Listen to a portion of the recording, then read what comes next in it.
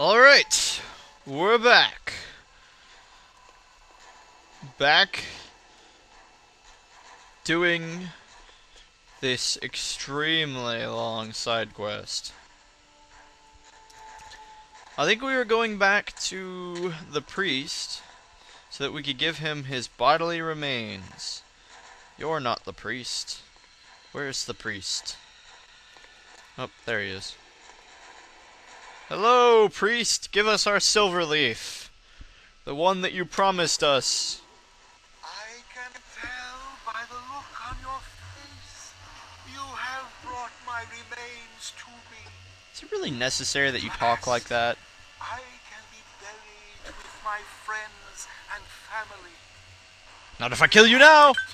Oh, I can't use it. No, I don't have it. Oh. Yeah, okay, so we do have it. Here are your ashes.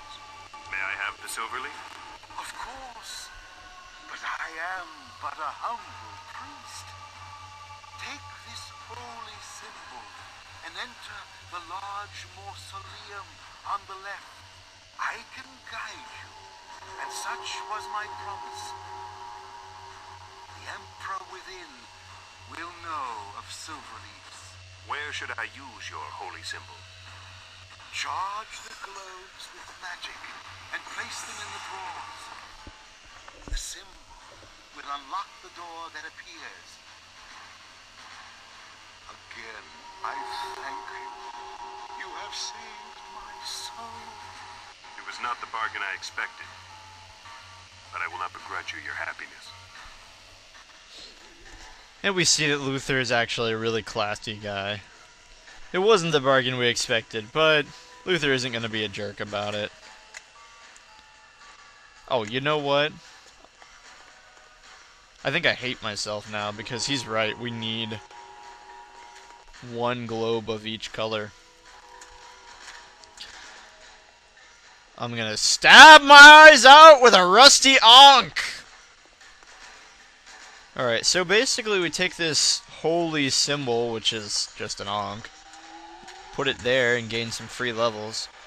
We come into this place, which at first you think it's totally logical, and then you say, wait a minute, wait, what? And you come out here and you look, and you're like, big giant area, not big giant area. It's kind of a, I don't even know the word for it. A optical illusion? I don't know. A tesseract, I think that's what it's called. Anyway, we're gonna leave this here. I wonder if I should have done that. Oh, we're probably fine, Luther. But then we're gonna go grab one of each of the orbs. Again. Curse this game. And the silly orbs. So, where are they? They are, two of them are underground. One of them is in that mage tower. Which means we get to go back to the underground cavern again! When really, if I was thinking, I just would have grabbed it earlier, but oh well. Live and not learn. Seeing as how many times I've done this. So yes, indeed, friends. We'll need to grab the 4 magic orbs. 3 magic orbs. Starting to sound a lot like Final Fantasy. Do you have the orbs of light? Yes, we do. Like if you ever read Nuclear Power. Can I just not take the right route? I don't think I can. I should have just lit the fires to serve as markers as to where we need to go. I guess I kinda did that. Except not. Alright, there we go.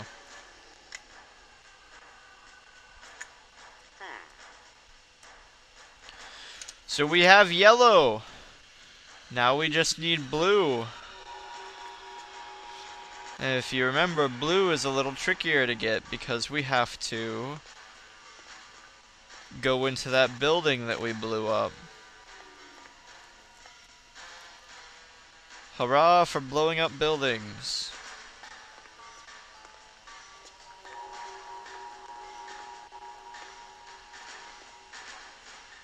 It is pretty interesting, though, that the blind spell lowers the contrast on your screen.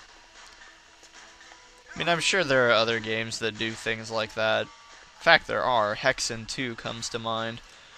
But it's just, whatever game you're playing that does that, I think it's interesting. Because in a lot of games, you know, you get blind and it's just, they slap your character with a, oh, you only hit 25% of the time status buff. Or should I say status debuff. But in a first-person game where you actually become blind, or your vision becomes darker, I think that's a lot more realistic and a lot cooler. Because then it's just not the random chance like, oh, you're just frustratedly hitting the attack button and missing every time. Oh yeah, that guy on the ceiling is just gonna ruin our day. Hey dude. Still chilling. Why did I do that? We were supposed to grab a blue orb. Bloody hell. At any rate, the Dracoids really seem kinda nice now that they're not alive. I don't really know what else to say. I don't know very much about the Dracoids. I don't know if they were evil in the first one or what.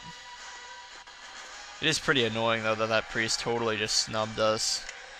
Like, hey, we can has a silverleaf, and he's like, oh yeah, about that. Great, now what do we get rid of? I really like mandrake roots because they restore your magic, but meh. We can do without it.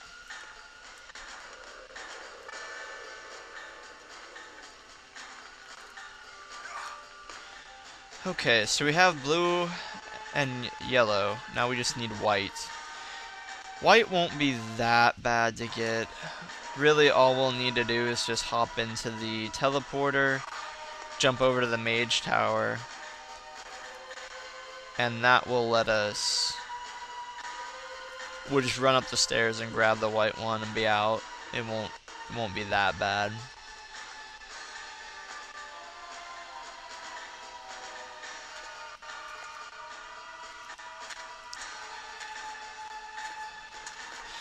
We're pretty much done with this quest. I think I said earlier in an episode we were almost done. I think it's because we were done pretty much with the opening all the doors with the glass globes.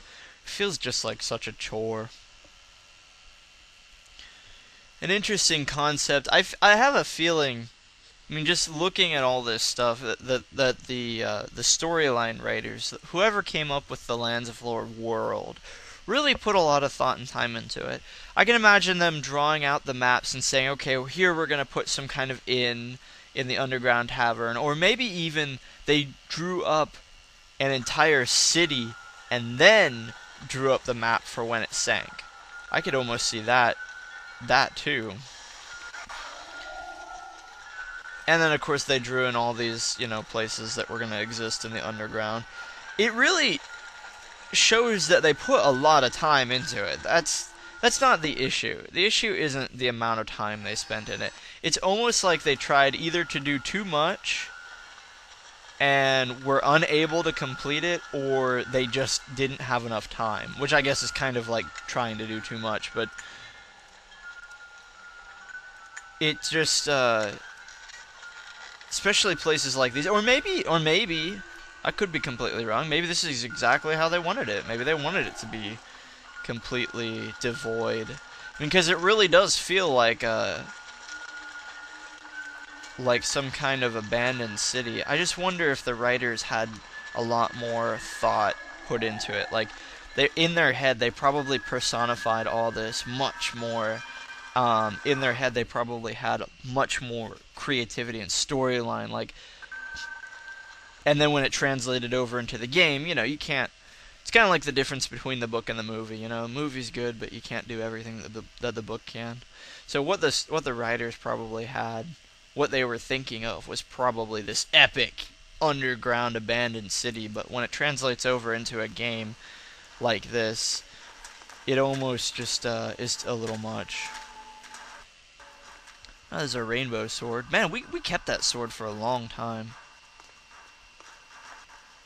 It's a pretty decent sword, really. Where are we headed? We're headed this way.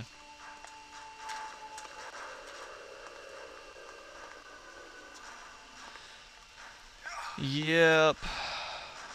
Alright, we got our orbs now. Alright. I'm gonna move into the Tesseract.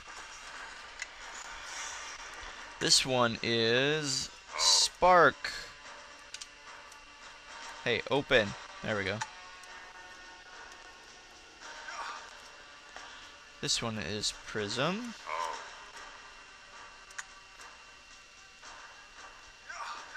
And this one is the Mists of Doom, a spell category that we do not have yet. Ta-da! Grab the Ankh. Stick that there. And we're golden. Let's go check this place out.